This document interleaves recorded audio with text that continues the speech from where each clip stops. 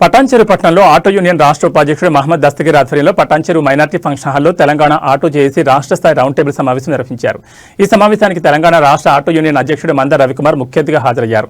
ఈ సందర్భంగా ఆయన మాట్లాడుతూ రాష్ట్రంలో గల ఆటో డ్రైవర్ల సమస్యలను పరిష్కరించడానికి ఆటో డ్రైవర్లందరూ కూడా కలిసికట్టుగా ఉందని, డ్రైవర్ల సమస్యలను పరిష్కరించుకోవాలని అన్నారు. ప్రభుత్వం దృష్టి తీసుకెళ్లి సమస్యలను పరిష్కరించే విధంగా కృషి చేస్తానని తెలిపారు. ఆటో డ్రైవర్లు చేసే ప్రతి పోరాటంలో ముందుండాలన్నారు. తెలంగాణ ఆటోలు నడిపిస్తానని పేర్కొన్నారు. ఈ కార్యక్రమంలో జేఏసీ అధ్యక్షులు మంద రవికుమార్, పటాన్చెరు ఆటో యూనియన్ల అధ్యక్షులు కె దస్తగిరి చోటు, పెద్దపల్లి జిల్లా నాంపల్లి కామారెడ్డి జిల్లా అధ్యక్షులు ఉమర్ ఖాన్, బుగుడాల సాయిలు తదితరులు పాల్గొన్నారు.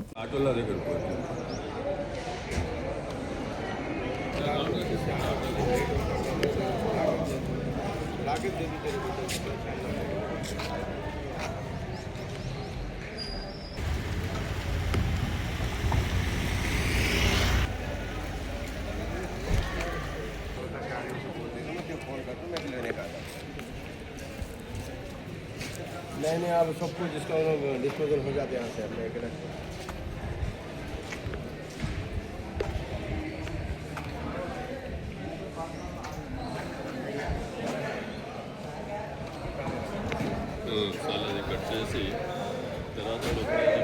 ఎక్కడ బస్సులో ఎక్కినా బాగా రేవంతుడు వచ్చినాక బస్సు ఫ్రీ అని పెట్టినాక కాలేయ బంధువులు కొడుతున్నారు.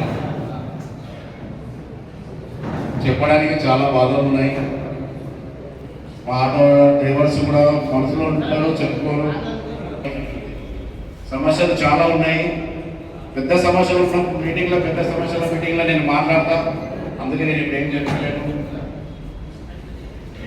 నాకు ఈ అవకాశం ఇచ్చిన నా ఆటో సోదరులకు చాలా చాలా ధన్యవాదాలు.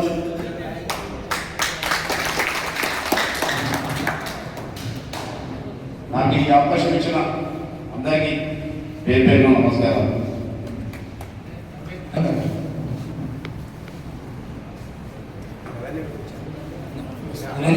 పటాన్చెరు ఆయన కూడా ప్రెసిడెంట్. ఆయన ముందు మా చిన్న ఏజ్ తాత 2 నిమిషాలు మాట్లాడారు.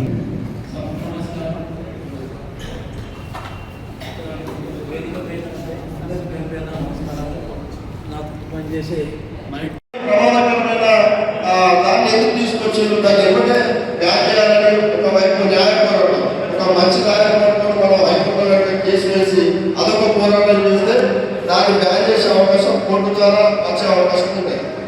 అది చేస్తూనే మన ప్రభుత్వం మీద కూడా మన పోరాటం ఉండాలి. ప్రభుత్వం మీద కూడా మన పోరాటం ఎట్లా ఉండాలి అని అంటే నా సూచన, నా సలహా, నా అభిప్రాయం. దాన్ని ఇంకా ఎందుకంటే బెటర్గా సలహా సూచనలు ఇచ్చుకుంటూ కూడా ఇస్తే బాగుంటుంది.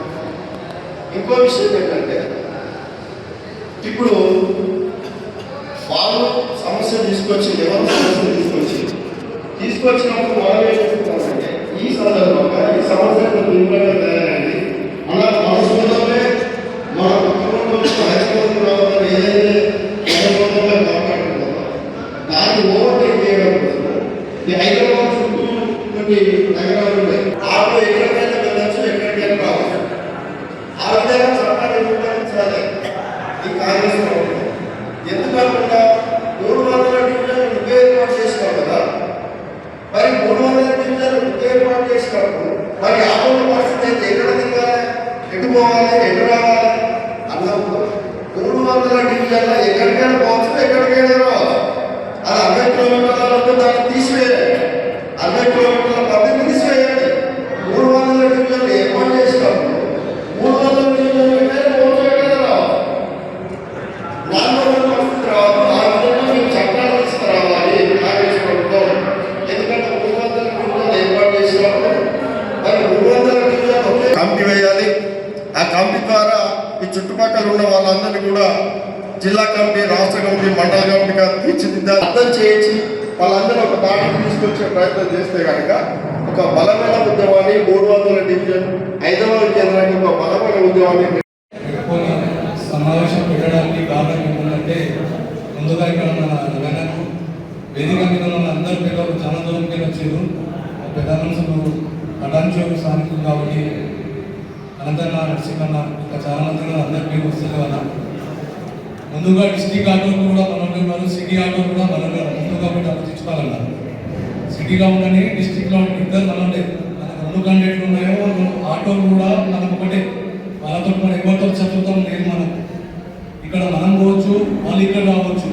నేను పొద్దున ఒకటి ఫేస్బుక్లో చూసిన వాళ్ళు ఏం పెట్టారంటే హైదరాబాద్ వాళ్ళు వస్తే డిస్టిక్ వాళ్ళు రాణిస్తారని పెట్టారు. వినాయక్ అలీ పోయి వాళ్ళ ఇండియన్ ఉంది వాళ్ళది. వాళ్ళకి ఏమంటారు అంటే మాకు ఇక్కడ ఎవరైనా వచ్చినా ఎవరు పోయినా కానీ మా వాళ్ళు లైన్ మెన్ కానీ ఇండియన్ సంబంధించిన ఎవరైనా సరే వాళ్ళ ఒక బండి యాక్సిడెంట్ అయితే ఒక నెల కింద టోల్గేట్ దగ్గర హైదరాబాద్ బండి వాళ్ళ విలేజ్ మహబూబ్ నగర్ వాళ్ళ బండి దగ్గర ఉండి రాత్రి 10 గంటల వరకు వాళ్ళ బండి తోటి ఇబ్బందులు యాక్సిడెంట్ చేసి వాళ్ళకి మాట్లాడి వాళ్ళ ట్రీట్మెంట్ చేయించి వాళ్ళ బండికి ఎన్ని డబ్బులు అయితే వాళ్ళు మాట్లాడి అయితే డిస్టిక్ ఆటోలో సిటీ ఆటోలో కొట్లాటలు పెడుతున్నారు తప్ప సిటీ ఆటో కూడా మాకు ఏం తప్పుతం లేదు వాళ్ళతోటి. వాళ్ళు కూడా మాకు మంచిగా ఉన్నారు. వాళ్ళు మీరు ఎవరు సిటీ వాళ్ళు మనకు రాణిస్తారని వాళ్ళు అందులో పడే అవసరం లేదు. దాని గురించి మనకు ఒక 4:30 ఇప్పుడు ఎమ్మెల్యే సార్ వస్తారు. వచ్చినాక మళ్ళీ వాళ్ళు పెద్దవాళ్ళు సీఎం దగ్గరికి తీసుకెళ్తారా లేకపోతే మేము హైకోర్టుకి వెళ్ళాలా కానీ దాని గురించే ఇప్పుడు మీటింగ్ పెట్టినాం మనము. ఎవరు అందులో పడాల్సిన అవసరం లేదు. సిటీ మనం కూడా పోవచ్చు, వాళ్ళు కూడా రావచ్చు. ఇబ్బంది ఏం లేదు. ఇప్పుడు చంద్రనగర్లో కూడా బండి ఆపుకోవడానికి మీటింగ్లో చెప్పి చంద్రనగర్ మనదే, మియాపూర్ మనదే, హైదరాబాద్ మనదే, తెలంగాణ మొత్తం మనదే. అందరు రావచ్చు, అందరు పోవచ్చు. ఇప్పుడు డిస్టిక్ ఆటోలు ఎక్కడికి వచ్చినా ఇప్పుడు సిటీలో ఏమైనా ఉండేనా? సిటీలో 100 ఆటోలు ఉన్నాయి. డిస్టిక్ వెళ్ళి వస్తేనే 1000 ఆటోలు వచ్చినాయి. సిటీలో ఎక్కడికి వస్తాయి ఆటోలు. ఇప్పుడు ఈరోజు ఫైనాన్స్ కూడా ఫైనాన్స్ చేయమంటే సిటీకి కనపడతారు, డిస్టిక్కి కనపడతారు, ఫైనాన్స్ కడితే అంటారు వాళ్ళు. ఇప్పుడు పటంచూరు కాన్స్టిట్యూన్సీలో దగ్గర 400 నుంచి 500 బండ్లు ఉన్నాయి. టీఆర్ వెహికల్ అందరు వెహికల్ ఇంటికాడ పెట్టుకుంటారు. ఫైనాన్స్ వాళ్ళు ఫైనాన్స్ నుంచి బండి పట్టుకోనికి వస్తుంది. వీళ్ళేమో బండి నడిపిస్తామంటే పోలీసు వాళ్ళు పట్టుకుంటారు. సిటీ పోదామంటే ఆటో యూనియన్ కార్మికులు పట్టుకుంటారు. మళ్ళీ ఆటోలు ఏం చేయాలి? ఇప్పుడు వాళ్ళ పరిస్థితి ఏమైనా అడుగుతున్నా? మాకైతే ఏ పార్టీతో సంబంధం లేదు. నాన్ పొలిటికల్ చేసి మాకు ఏ పార్టీతో సంబంధం లేదు. ఈ పటంచూరు కాన్స్టిట్యూన్సీలో ఎమ్మెల్యే సార్ మదన ఉన్నాడు కాబట్టి మాకు పెద్దగా ఇబ్బంది ఏం లేదు. ఈడ ఇబ్బంది లేదని పక్కన కూడా మేము అడుగుతలేము. వాళ్ళ ఏమన్నా కూడా మేము వస్తామన్నా ఏ ఆటో స్టాండ్ సరే వాళ్ళు ఇదే వరకు నిరాహార దీక్ష కూర్చొని కూడా మేము రెడీ ఉన్నాము. ఎంతవరకైనా సరే ఇప్పుడు ఈ మున్సిపల్ ఎలక్షన్ అంటే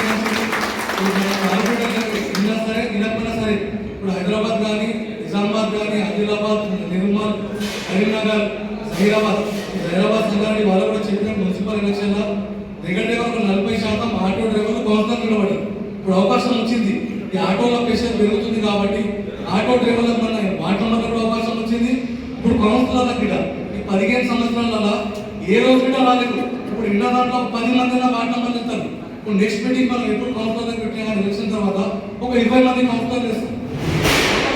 ఇప్పుడు ఎవరికి అవకాశం లేదు, అవగాహన లేదు. అందరికీ ఉన్నది పనిచేసేది, మాట్లాడేది అందరికీ ఉన్నది, కానీ అవకాశం వస్తలేదు.